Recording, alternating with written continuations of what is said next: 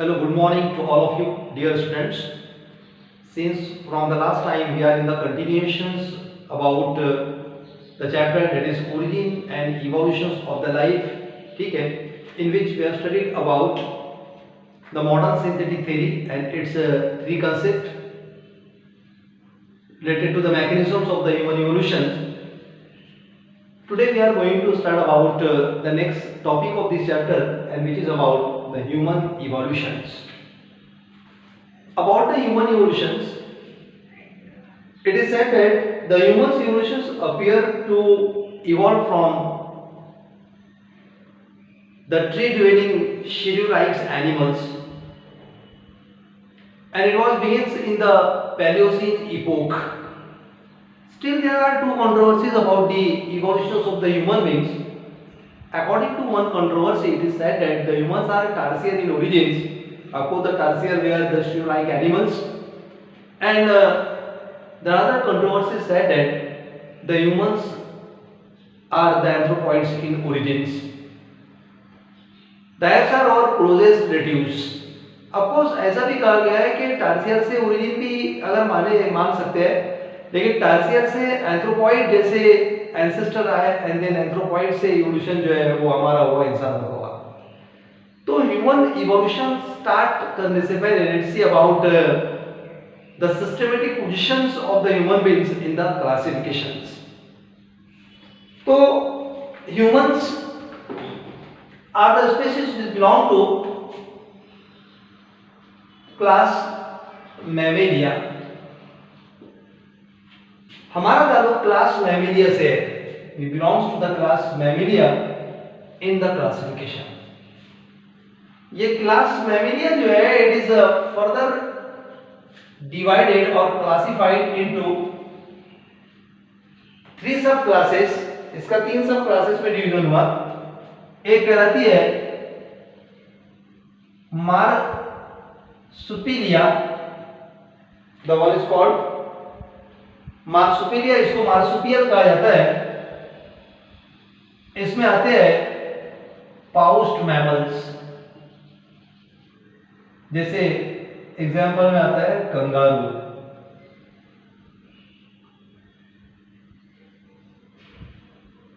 ये एक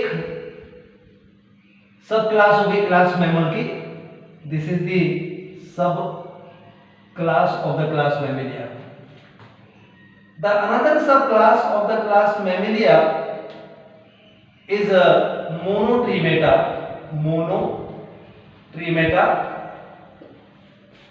Monotremata having only a single opening in the body, which used for the discharge of the genital material as well as the waste material. And this includes, इसमें आते हैं eggs laying mammals. Eggs laying mammals.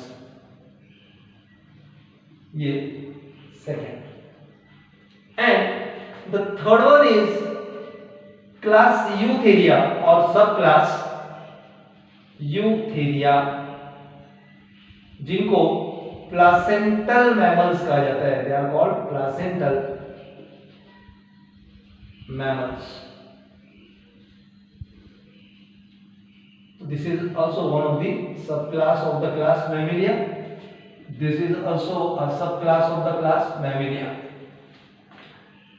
ये जो Eutheria होते हैं, further the subclass Eutheria, ठीक है, which include the human being. तो यूथेरिया में फिर से बहुत सारे ऑर्डर है and the human beings belong to the order that is called Primata. तो order Primata is one of the order of subclass Eutheria. Order Primata is further having the two suborder. Order Primata से दो suborder है. The one suborder of the order Primata called suborder Prosimiae. This suborder Prosimiae includes, इसमें आते हैं lemon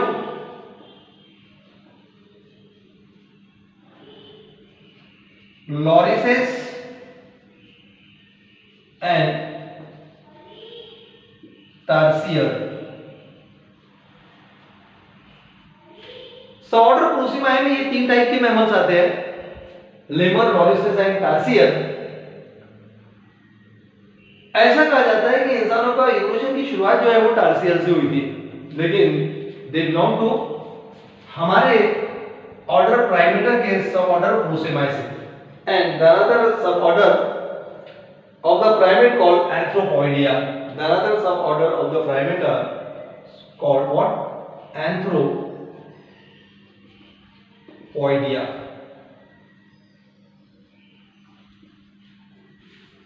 Suborder Anthropoidea. This is an suborder Anthropoidea.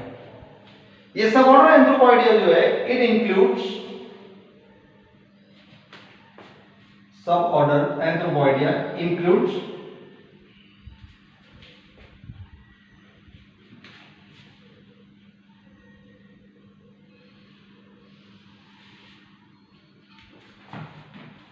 New World monkeys,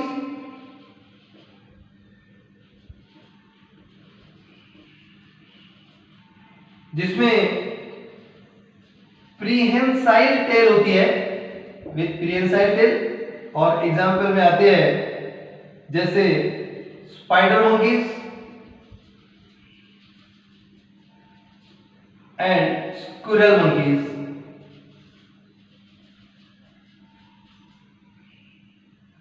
इनको New World monkeys कहा जाता है। This all are called New World monkeys.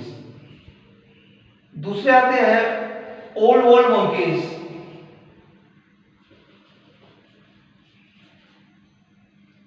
इनकी जो tell होती है वो होती है नॉन प्रीहेंसाइल टेल। इसके एग्जांपल में आता है बेबून्स, मैकेकस and langur.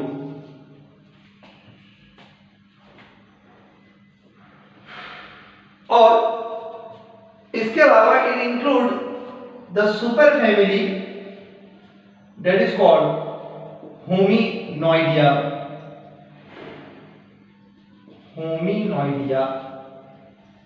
This is the super family. Hominoidea में apes और man दोनों आते हैं। तो this Hominoidea includes Hylobatidae. This includes Hylobatidae family. इसके एग्जांपल में आता है स्मॉल साइज एप जैसे जिबॉन। दूसरा पॉन्जिडी फैमिली, इसके एग्जांपल में आता है गोरिल्ला, लास्ट साइज है, चिंपांजी वगैरह। और तीसरा आता है फैमिली होमिनिडी। तो ये क्लासिफिकेशन का मतलब यहां पर ये होता है कि ये जो हाइलोबैटिडी और पॉन्जिडी जो है, जिबॉन, गोरिल्ला, चिंपांजी वगैरह, इन सबको एप्स कहा जाता है। तो एप जो है ये हमारे सुपर फैमिलीज तक का हमसे ताल्लुक रखते हैं और फैमिली से ही इनका मतलब डिफरेंस हुआ है। तो हमारे जो क्लोजेस्ट रिलेटिव्स हुए वो एप्स हुए। तो जो मोर सपोर्ट है about the human evolution to the human evolution is that humans are anthropoids in origin and ये क्लोज रिलेटिव्स में हमारे आते हैं। तो this is about the systematic positions और क्लासिफिकेशंस ऑफ द ह्यूमंस का क्लासिफिकेशन हो गया, ठीक है, कि कौन से काल से हमारा इवोल्यूशन की शुरुआत हुई ये दिखाने के लिए। Now what are the major events which occur during the human evolutions. हमारे इवोल्यूशन के दौरान कौन-कौन से मेजर इवेंट्स हुए, ठीक है, इसके बारे में अभी हमको देखना है। तो द मेजर इवेंट्स ऑकर और take place during the human evolutions are या major changes. The major changes occurs in evolution or human evolution are कौन-कौन से? तो एक तो ये हुआ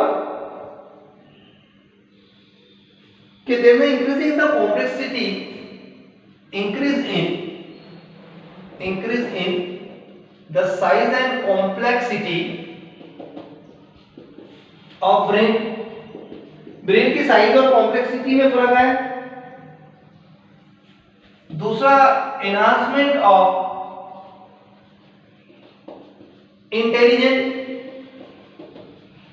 इंटेलिजेंस वगैरह जो है इसमें इनहांसमेंट होने लगा। देन बाइपेडल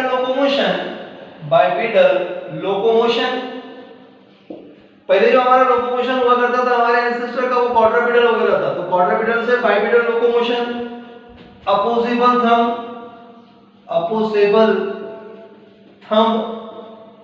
थंब जो है वो अपोजेबल होने लगा। Developments of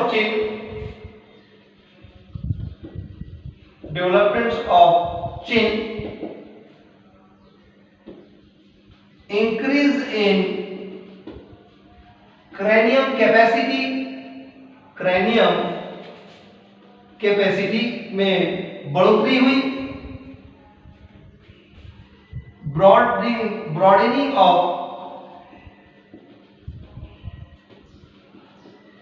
pelvic girdle,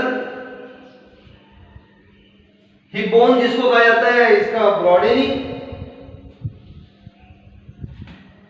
developments of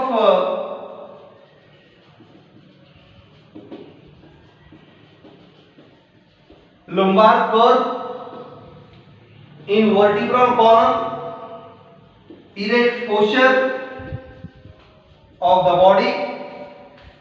So these are the various changes or major changes which took place during the course of the humans evolution. ठीक है, तो some of the ancestors and their evolutionary history जो है we will discuss in the forms of the chart कि हमारे ancestor कौन-कौन से थे, कहाँ से स्टार्ट हुआ और उनकी जो इवोल्यूशनरी हिस्ट्री है, कुछ कैरेक्टर्स जो है वो कैसे है, अभी हम चार्ट के शक्ल में यहाँ पर डिस्कस करते हैं।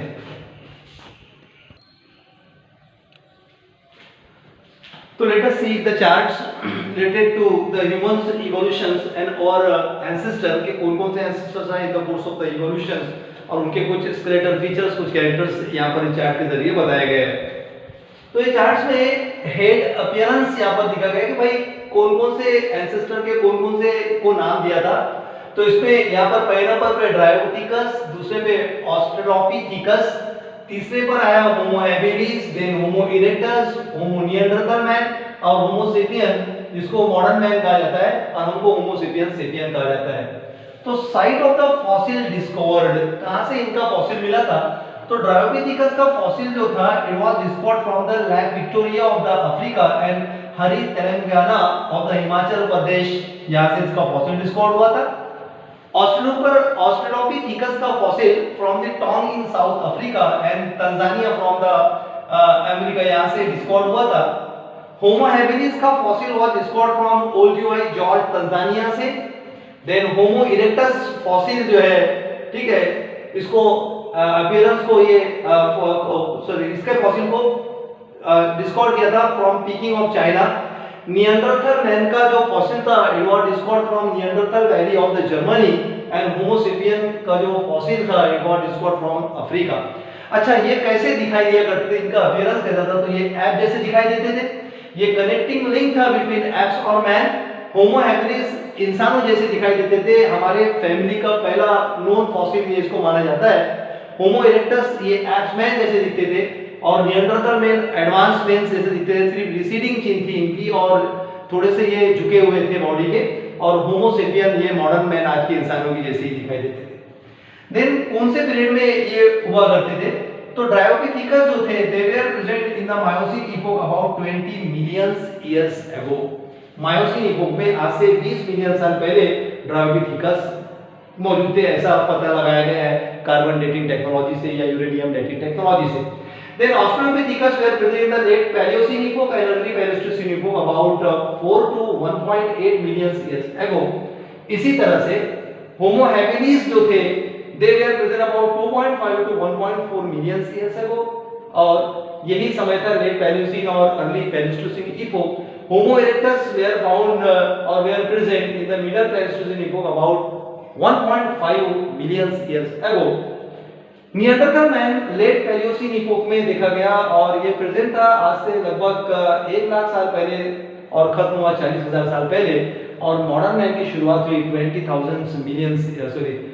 ईयर्स अगो ये देखा गया, ठीक है।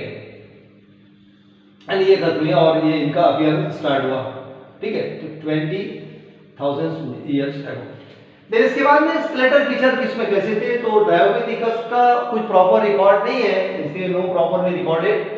ऑस्ट्रोपिथेकस 4 फीट हाइट हुआ करती थी, हेवी इनका चेहरा हुआ करता था, प्रोग्नेथस यानी बड़े साइज के जॉस, प्रिमिटिव विदाउट चिन, ठुड्डी वगैरह नहीं हुआ करती थी।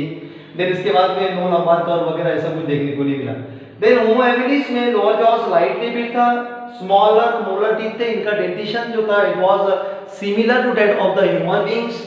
Then Homo erectus 5 feet height के हुआ करते थे with massive jaws, chin absent इनमें हुआ करती थी, इरेक्ट पोस्चर हुआ करता था। और निएंडरथल मैन हेवीली बिल्ड थे, प्रोजेक्टेड आईब्रो सीरियस इनके हुआ करते थे, चिन ठुड्डी डेवलप होने की शुरुआत इनमें हो रही थी। और modern man similar to that of the man of the today, ऐसे इसके कैरेक्टर्स है। देन इसके बाद में क्रेनियम कैपेसिटी, तो ड्रायोपिथेकस की क्रेनियम कैपेसिटी रिकॉर्डेड नहीं है, वैसे 350 तक की इनकी क्रेनियम कैपेसिटी हुआ करती थी, ऐसा कुछ बुक्स में दिया हुआ है। ऑस्ट्रोपिथेकस की क्रेनियम कैपेसिटी जो थी इट वाज अबाउट 450 से लेकर 600 सीसी तक का यानी क्यूबिक सेंटीमीटर क्रेनियम कैपेसिटी थी। देन होमो हैबिलिस की क्रेनियम कैपेसिटी थी 650 से लेकर तो 800 सीसी तक का, और होमो इरेक्टस की 900 सीसी क्रेनियम कैपेसिटी थी, और निएंडरथल मैन की 1400 सीसी और होमो सेपियन की 1450 सीसी, ठीक है। तो ये अबाउट टेबल जो है, ये टेबल जो है show that the cranium capacity, shape of the skull, dentition, body posture वगैरह इन सब में मेजर बदलाव आया, और इस तरह से ह्यूमंस बीइंग का इवोल्यूशन हुआ। यहाँ पर हमने ये चैप्टर्स खत्म किया। Next chapters we will start in the next video lecture, ठीक है। तब तक के लिए बाय एंड थैंक यू।